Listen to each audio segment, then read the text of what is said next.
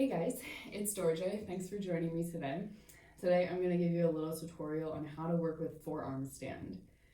So for me, this is and has been one of the most evasive inversions because I just could not understand how to get into it easily.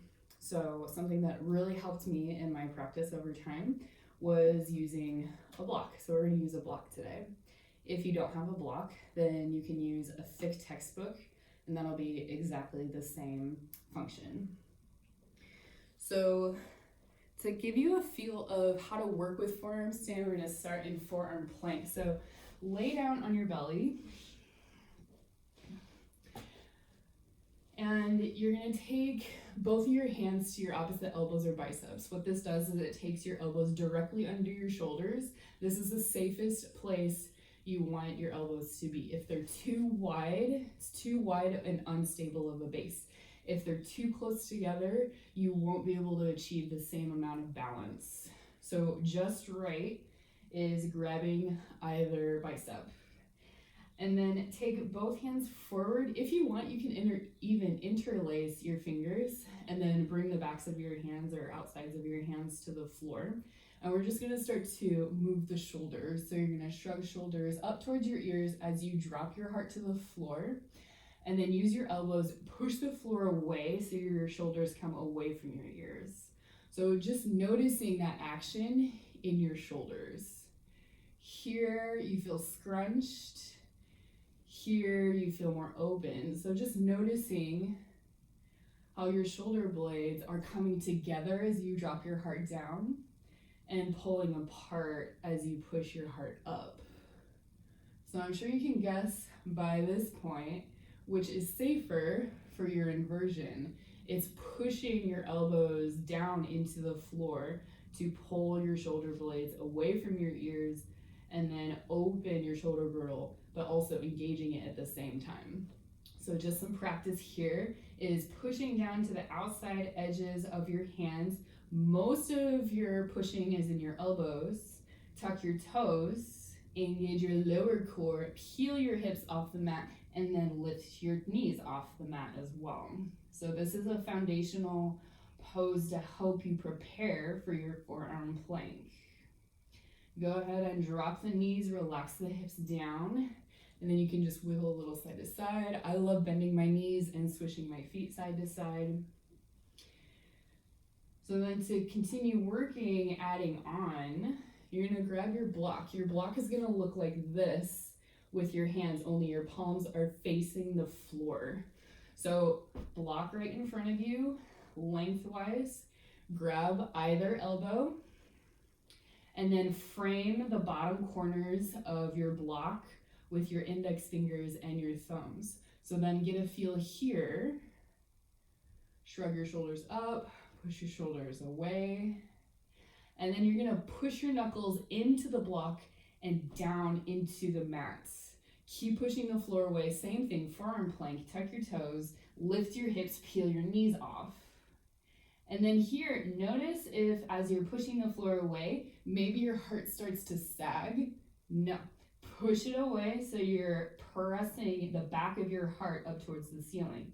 But then feel like you're pulling your elbows to the outside edges of the mats. Lower back down, give you a little break. You can release your elbows. I always like to stack my hands, put my chin down, bend knees, swish a little side to side. And then adding on from there. So you're starting with the same setup. Onto forearms, grab your elbows, frame the bottom corners of your block with your hands, push the floor away, peel your hips, then your knees off the mat. So as you push the floor away, you can look towards your thumbs or your elbows, just kind of wherever feels more comfortable for your neck. And then you're gonna start to walk your feet up towards your elbows. So here, if you notice that your shoulders go forward, you're not gonna be able to get into forearm stand. You wanna keep your shoulders stacking over your elbows. And then holding here just for a few rounds of breath, notice how you feel. Walk your feet back, lower knees and hips to take a break. So we just did dolphin pose, right? And in all of my studio classes, I encourage students not to kick up. So when we go into full forearm stand, we're not going to fling our top leg up towards the ceiling, because you want that leg to be engaged in order to find the tip of your pelvis, to find a neutral spine upside down. So adding on from there, forearms down, grab opposite elbows, frame your block, push into the block and down, press your elbows into the mat, tuck your toes, lift hips, then knees, walk your feet towards your face. Remember, don't want shoulders forward, but also don't want them too far backwards. So you want them in that nice centered spot just above your elbows. And if you feel comfortable, lift one leg up to the ceiling. So you're gonna find this balance where you're pushing down into your elbows, but out with your elbows as long as they don't move at all. And then bend your lower knee in towards your chest. Use the engagement of your top leg to maybe float up. So from here, keep pushing the floor away. You want to keep your shoulders exactly as they are. Take one more breath, and then maybe as slowly as you can, float down, lower yourself down, open elbows. I like to hug my block. Relax, bend your knees, shift your feet gently side to side, and neutralize your breath. So just notice if your heart rate has gone up. Mine has.